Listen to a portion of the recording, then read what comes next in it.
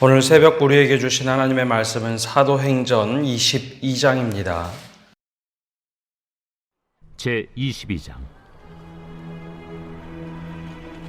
부형들아, 내가 지금 여러분 앞에서 변명하는 말을 들으라. 그들이 그가 히브리 말로 말함을 듣고 더욱 조용한지라 이어 이르되, 나는 유대인으로 길리기아 다소에서 낳았고 이 성에서 자라 가말리엘의 문화에서 우리 조상들의 율법의 엄한 교훈을 받았고 오늘 너희 모든 사람처럼 하나님께 대하여 열심히 있는 자라. 내가 이 돌을 박해하여 사람을 죽이기까지 하고 남녀를 결박하여 옥에 넘겼노니 이에 대제사장과 모든 장로들이 내 증인이라. 또 내가 그들에게서 다메섹 형제들에게 가는 공문을 받아가지고 거기 있는 자들도 결박하여 예루살렘으로 끌어다가 형벌받게 하려고 가더니 가는 중 다메섹에 가까이 갔을 때 오정쯤 되어 호련히 하늘로부터 큰 빛이 나를 둘러 비치매 내가 땅에 엎드러져 들으니 소리 있어 이르되, 사울아 사울아 내가 왜 나를 박해하느냐 하시거늘 내가 대답하되, 주님 누구시니이까 하니 이르시되, 나는 내가 박해하는 나사렛 예수라 하시더라. 나와 함께 있는 사람들이 빛은 보면서도 나에게 말씀하시는 예 소리는 듣지 못하더라. 내가 이르되, 주님 무엇을 하리이까? 주께서 이르시되, 일어나 다메섹으로 들어가라. 내가 해야 할 모든 것을 거기서 누가 이르리라 하시거늘 나는 그 빛의 광채로 말미암아 볼 수 없게 되었으므로 나와 함께 있는 사람들의 손에 끌려 다메섹에 들어갔노라. 율법에 따라 경건한 사람으로 거기 사는 모든 유대인들에게 칭찬을 듣는 아나니아라 하는 이가 내게 와 곁에 서서 말하되, 형제 사울아 다시 보라 하거늘 즉시 그를 쳐다보았노라. 그가 또 이르되, 우리 조상들의 하나님이 너를 택하여 너로 하여금 자기 뜻을 알게 하시며 그 의인을 보게 하시고 그 입에서 나오는 음성을 듣게 하셨으니 내가 그를 위하여 모든 사람 앞에서 내가 보고 들은 것의 증인이 되리라. 이제는 왜 주저하느냐? 일어나 주의 이름을 불러 세례를 받고 너의 죄를 씻으라 하더라. 후에 내가 예루살렘으로 돌아와서 성전에서 기도할 때 황홀한 중에 봄에 주께서 내게 말씀하시되, 속히 예루살렘에서 나가라. 그들은 내가 내게 대하여 증언하는 말을 듣지 아니하리라 하시거늘 내가 말하기를, 주님 내가 주를 믿는 사람들을 가두고 또 각 회당에서 때리고 또 주의 증인 스데반이 피를 흘릴 때에 내가 곁에 서서 찬성하고 그 죽이는 사람들의 옷을 지킨 줄 그들도 아나이다. 나더러 또 이르시되, 떠나가라. 내가 너를 멀리 이방인에게로 보내리라 하셨느니라. 이 말하는 것까지 그들이 듣다가 소리질러, 이러한 자는 세상에서 없애버리자. 살려둘 자가 아니라 하여 떠들며 옷을 벗어던지고 티끌을 공중에 날리니 천부장이 바울을 영내로 데려가라 명하고, 그들이 무슨 일로 그에 대하여 떠드는지 알고자 하여 채찍질하며 신문하라 한데 가죽줄로 바울을 매니 바울이 곁에 서 있는 백부장더러 이르되, 너희가 로마 시민 된 자를 죄도 정하지 아니하고 채찍질할 수 있느냐? 백부장이 듣고 가서 천부장에게 전하여 이르되, 어찌하려 하느냐? 이는 로마 시민이라. 천부장이 와서 바울에게, 내가 로마 시민이냐? 내게 말하라. 그러하다. 나는 돈을 많이 들여 이 시민권을 얻었노라. 나는 나면서부터라. 신문하려던 사람들이 곧 그에게서 물러가고 천부장도 그가 로마 시민인 줄 알고 또 그 결박한 것 때문에 두려워하니라. 이튿날 천부장은 유대인들이 무슨 일로 그를 고발하는지 진상을 알고자 하여 그 결박을 풀고 명하여 제사장들과 온 공회를 모으고 바울을 데리고 내려가서 그들 앞에 세우니라. 오늘 새벽도 하나님의 은혜와 평강이 우리와 함께하기를 축복합니다. 사랑의 교회 오카는 목사님이 살아계실 때 제자훈련 세미나에 간 일이 있습니다. 오카는 목사님은 이제 첫날 강의부터 강의를 시작하시는데 그때만 해도 이제 쩌렁쩌렁한 목소리로 강의를 시작하셨습니다. 근데 그 첫 강의 제목이 광인론입니다. 좀 고상하게 표현해서 광인론이지 미친 사람 이론입니다. 그래서 당신이 첫날 강의에 내가 왜 예수에 미쳤는가, 제자 훈련에 미쳤는가, 그 강의를 하시고 이 전체 강의를 끌어가시죠. 그래도 예수에 미친 삶이 괜찮았다라는 이야기입니다. 사도 바울도 디모데에게 편지를 보낼 때 이런 말을 하죠. 너는 말씀을 전파하라. 때를 얻든지 못 얻든지 항상 힘쓰라. 범사에 오래 참음과 가르침으로 경책하며 경계하며 권하라. 사도 바울도 그의 삶을 이렇게 들여다보면 예수에 미친 사람으로 어디를 가든지 복음 전하는 일이 최우선이었습니다. 그래서 복음의 부담감이라고 하죠. 거룩한 부담감. 이 부담감이 없으면 복음 전하기가 쉽지가 않습니다. 청년 시절 선교단체에 있을 때 전도 훈련 받고 길에 나가서 사형이 들고 전도했던 기억이 나는데요. 그때보다 지금 볼 때 복음에 대한 부담감이 좀 떨어지지 않았는가 하는 생각을 하면서 오히려 거꾸로 부담입니다. 오늘 말씀에는 예수에 미쳤던 사도 바울의 복음의 광인으로 보여지는 모습들이 나옵니다. 혹시 여러분 전도 여행이나 혹은 선교 여행 떠나보신 분들이 있습니까?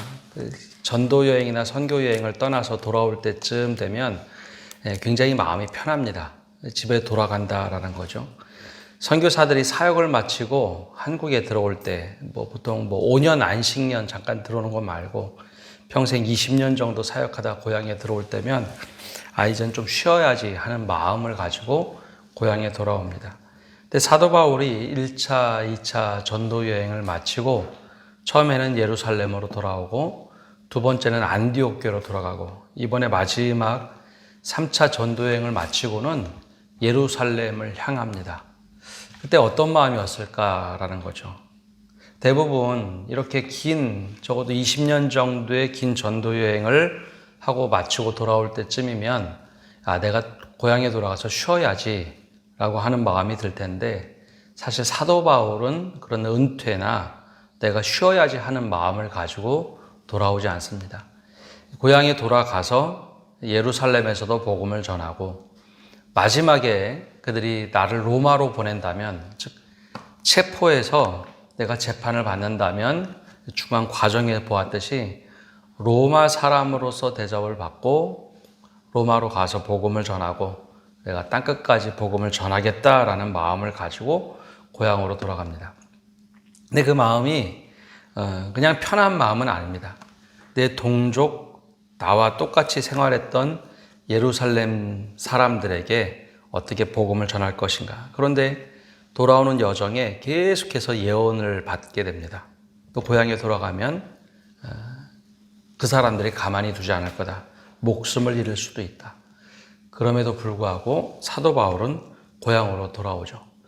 이 예루살렘으로 돌아왔을 때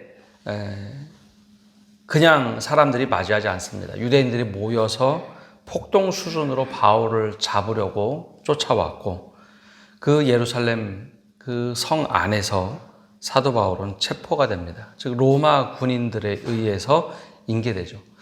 당시 문화는 예루살렘 성 안에 안토니오 요새라는 곳에 로마 군들이 주둔하고 있습니다. 만약에 유대인들이 폭동 같은 것이 일어나게 되면 그 안토니오 요새에 있던 사람들이 막로에서 쳐다보다가 군인들을 풀어서 바로 진압을 하죠. 아마 바울을 사람들이 죽이려고 했을 때 폭동이 난 줄 알고 군인들이 출동을 했고 바울을 체포하게 됩니다. 근데 이 여정을 보면 얼마나 마음이 아팠을까요? 평생 이제 전도여행하고 예루살렘, 고향과 같은 예루살렘에 돌아왔는데 이런 일이 벌어졌습니다.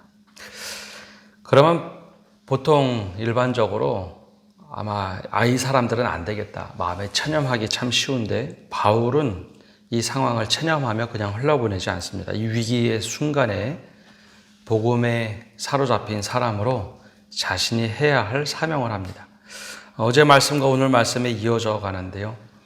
바로 이렇게 안토니오 요새에 의해서 지켜보던 막루로 이 사도 바울을 데리고 갑니다. 그리고 천부장이 신문을 하죠. 잠시 신문을 할 때 요청을 합니다. 유창한 헬라어로 로마 군인에게 말하자 이 사람들이 의외로 요새 막루에 올라가서 말을 하도록 합니다. 평지에서 말하면 불과 몇 100명 정도밖에 듣지 못할 텐데 막루에 올라가서 크게 말하니 연설할 기회가 오히려 생긴 겁니다. 바울은 정말 복음에 미친 사람으로 모든 때나 때를 얻든지 못 얻든지 항상 복음에 열정인 사람입니다. 그래서 오늘 말씀에 1절부터 이 연설하는 내용이 나옵니다. 근데 이때 우리가 무엇을 유념해서 봐야 하면 바울은 복음을 전할 때 모든 사람에게 똑같은 이야기를 하지 않습니다. 이 상대방이 무엇을 들어야 될까? 상대방이 무엇이 필요할까? 하는 관점으로 그들에게 필요한 복음 혹은 간증을 했다라는 거죠. 오늘 1절과 2절에 이렇게 나옵니다. 부형들아, 내가 지금 여러분 앞에서 변명하는 말을 들으라. 조금 전만 해도 유대인들이 바울을 막 죽이려고 했는데 지금은 로마 군대가 보호하는 상황입니다. 그때 바울은 어떻게 말하느냐? 2절에 이렇게 말하죠. 그가 히브리 말로 말함을 듣고 더욱 조용한지라 이에 이르러. 로마 군인들과 대화할 때는 유창한 헬라어를 합니다. 그래서 이 사람이 헬라어로 우리에게 말을 거네. 아무리 이제 이 팔레스타인 지역에 파견됐던 로마 군인이라도 히브리어로 말하는 유대인과 헬라어로 말하는 유대인 대하는 게 달랐죠. 그래서 헬라어로 말하자 굉장히 존중해 줍니다. 그리고 안토니오 요새 올라가서 연설을 하게 하죠. 근데 히브리인들, 유대인들만 있는 이 상황에서 그들에게는 히브리 말로 복음을 증거하기 시작합니다. 근데 이때 우리가 기억해야 될 것, 복음의 빚진 자로서 우리가 무엇을 말해야 될지 준비가 되어 있어야 말을 할 수 있습니다. 제가 임직자 교육을 하거나 제자 훈련을 할 때는 간증을 한번 써보려고 합니다. 근데 이제 간증을 쓰는 방법이 여러 가지인데 사도신경의 기초에서 쓰는 내가 무엇을 믿느냐라고 간증하는 것도 있지만 또 다른 것은 내가 예수 믿기 전과 예수 믿은 후에 무엇이 달라졌는가. 그게 간증의 주된 또 다른 모습입니다. 근데 사도 바울이 이때 간증을 하면서 이야기를 하는데 왜 이야기를 했을까라는 겁니다.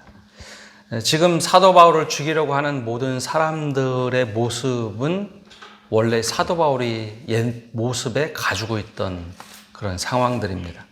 사도 바울이 얼마나 열심이었는지 사도 바울은 태어나면서부터 유대인으로 태어나 8일 만에 할례를 받고 조금 장성한 후에는 유대인 중에 가장 석학이었다 불려지는 가말리엘 문화에 들어가서 랍비 교육을 받았습니다.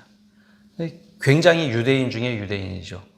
예수 믿는 사람들을 죽이려고 할 때 스데반 옆에서 돌로 칠 때 가장 옆에서 최측근에서 돌로 쳤고 그의 옷을 챙겼던 사람이 사울, 즉 바울이었습니다. 그 이야기를 쭉 하죠. 간증은 내 자랑이 있는 것이 아니라 내가 얼마나 어리석은 사람이었는지 예수를 믿고 내가 어떻게 바뀌었는지를 이야기하는 게 간증입니다. 사도 바울은 그런 면에서 유대인들에게 그들이 듣고 싶어하는 말, 내가 왜 예수쟁이가 됐는가 하는 이야기를 합니다. 내가 그렇게 유대인으로서 열심히 살던 내가 예수님을 다메섹 도상에서 만났다는 거죠. 내가 지금까지 열심히 했던 그 모습이 나를 박해한다라고 하셨던 예수님의 음성을 듣고 그가 고꾸러집니다. 주님 도대체 누구시길래 나에게 이렇게 말씀하십니까? 나는 내가 박해하는 나사렛 예수라라는 간증을 합니다. 그러니까 자신이 열심히 노력했던 모든 신앙의 노력들이 예수를 박해하는 모습으로 나타났다는 거죠. 그리고 나서 시력을 잃고 완전히 자신의 인생의 밑바닥을 칩니다. 그때 자기가 죽이려고 했던 그 아나니아라는 사람이 와서 자신의 눈을 뜨게 합니다. 기도해주고 그런 것을 다 간증으로 얘기하죠. 그러면서 주님이 그럼 예수님이 나를 뭐로 어떤 삶을 원하셨는가? 예루살렘에 들어가서 내가 증인되기를 원하셨기 때문에 내가 지금 여기 와 있다는 겁니다. 처음에 예루살렘에 있을 때는 사람들이 듣지 않고 자신을 죽이려 해서 주님이 오히려 풀어줬지만 이 영적인 고향 예루살렘에 와서 내가 복음의 증인으로 어떻게 설지 않을 수 있겠느냐 그 말을 하죠. 그리고 사도 바울에 대해서 유대인들이 굉장히 불쾌하게 생각했던 것은 유대인들을 배신하고 예수를 믿는 것도 문제였지만 이방인들과 함께 했다는 것도 굉장히 큰 모욕감이었습니다. 유대인들은 이방인들과 함께 식사를 하지 않습니다. 그 집에 들어가도 안 되고 부정한 사람들, 랍비라면 그것을 철저하게 잘 알 텐데 그 사도 바울이 그러죠. 예수님께서 나에게 이방인의 사도가 되라고 말씀하셨다. 21절에 이렇게 말합니다. 나더러 또 이르되 떠나가라. 내가 너를 멀리 이방인에게로 보내리라. 그래서 내가 예수님의 음성을 듣고 지금 이렇게 살아왔다라는 이야기를 합니다. 이제 간증이란 것은 사람들이 자꾸 이게 부풀리게 되어 있습니다. 근데 사도 바울은 그 부풀린 이야기를 하지 않고 오히려 내가 얼마나 악했던 사람인지를 이야기합니다. 내가 여러분들과 똑같은 사람이다. 항상 준비가 되어 있었기 때문에 자신이 무엇을 얘기해야 될지, 이 사람들이 무엇을 들어야 될지 그것을 늘 준비하고 있었던 거죠. 소망에 관한 비밀에 대해서 누가 물어본다면 내가 온유함과 겸손함으로 말할 준비가 늘 돼 있던 사람입니다. 그래서 우리가 누군가에게 복음을 전할 때 그에게 어떤 말씀이 필요한지 이게 늘 준비가 되어 있어야 합니다. 마지막으로 복음의 빚진 자라고 해서 무작정 그냥 어려움만 당하고 있느냐? 그렇지만은 않습니다. 복음의 빚진 자는 뱀처럼 지혜로워야 한다는 것도 보여줍니다. 이 모든 일련의 과정을 보면 사도 바울이 의도적으로 다른 곳에서 붙잡힌 것이 아니라 예루살렘 성에서 붙잡힙니다. 그래서 로마 군대의 보호를 받게 되죠. 여기서 나오는 백부장, 천부장은 유대인의 군사가 아니라 로마 군대입니다. 그래서 이제 백부장과 천부장이 잡아다가 다시 사람들이 폭동을 일으켜 바울을 죽이려고 하자 어쨌든 간에 이 폭동을 잠재우기 위해서 바울을 신문해야 될 상황이 있습니다. 근데 예수님을 십자가에 달기 전에 신문했던 모습을 보면 아주 혹독한 채찍질을 하죠. 그래서 로마 군인들이 그 이야기를 합니다. 24절에 보면 이렇게 말하죠. 천부장이 바울을 영내로 데려가라 명하고 그들이 무슨 일로 그에 대하여 떠드는지 알고자 하여 채찍질하여 신문하라 한대. 유대인들을 신문할 때는 아주 혹독한 채찍질을 합니다. 그 채찍 끝에 뼈를 달아놓은 거로 때리기 때문에 몸이 만신창이가 되죠. 근데 이미 다른 곳에서 이런 채찍을 맞아봤던 바울이 지혜롭게 얘기하죠. 가죽 줄을 들고 때리려고 할 때 바울이 당신은 어떻게 해서 로마 시민을 이렇게 채찍질로 때릴 수 있느냐라고 이야기합니다. 로마 군대는 최우선적으로 로마인들을 보호하게 되어 있습니다. 아마도 이 사람들은 로마 군인들은 바울을 유대인으로만 생각해서 채찍으로 때리려고 했던 거죠. 유대 사람들이 이렇게 죽이려 하면 당연히 유대인들의 배신자겠지라고 생각했는데 바울이 이야기합니다. 나는 로마 시민권자인데 어떻게 이렇게 나를 때리려 하느냐. 근데 백부장이 깜짝 놀라서 천부장에게 가서 보고를 하죠. 근데 천부장은 이런 사람입니다. 자신은 돈을 주고 로마 시민권을 산 사람인데 바울은 이야기하죠. 나는 태어나면서부터 로마 시민이라. 그래서 오히려 신문하는 것을 멈추고 그를 보호하기 시작합니다. 복음의 빚진 자가 세상에 대해서도 잘 알고 뱀처럼 지혜롭게 모든 상황을 뚫어볼 줄 알아야 합니다. 그래야 복음을 전하는데 이 상황 속에 매몰되지 않을 수 있습니다. 오늘 말씀을 보면 복음의 광인으로서의 바울이 나옵니다. 때를 얻든지 못 얻든지 내가 어느 상황에 있든지 복음을 전할 줄 아는 사람, 적재적소에서 간증도 할 줄 알고 모든 상황을 이용할 줄 아는 사람. 그러면서 사도 바울은 예루살렘 성 안에서 오히려 로마 군인들의 보호를 받으며 복음을 증거합니다. 오늘 우리에게 복음의 빚진 자로서 어떻게 살아가십니까? 복음에 우리가 항상 부담감, 거룩한 부담감을 가지고 때를 얻든지 못 얻든지 복음의 증인으로 살아가는 성도 여러분 되시기를 바랍니다. 기도하겠습니다. 하나님, 오늘도 저희가 주님 앞에 나와 말씀을 듣고 나갑니다. 사도 바울이 이 복음의 빚진 자로서 늘 복음의 증인으로 살아가는데 우리가 그 모습을 닮아갈 수 있는 은혜를 허락하여 주옵소서. 초대교회의 사도행전의 기록을 남길 때 수많은 사람들이 박해를 받고 끌려가 죽임을 당할 때 사도 바울의 이 복음의 빚진 자로서 살아갔던 모습이 얼마나 도전이 되었을까요? 오늘 우리가 평안한 가운데 살아가고 있을 때 다시 한번 이 말씀을 통해 복음의 빚진 자로 또 복음의 열정을 가진 사람으로 다시 한번 거듭날 수 있도록 은혜를 내려주시고 이 복음이 흘러갈 때 진짜 믿음의 사람이 될 수 있음을 다시 한번 깨닫게 하여 주옵소서. 오늘 한 날도 모든 것을 주님께 맡겨드리며 예수님의 이름으로 기도합니다. 아멘.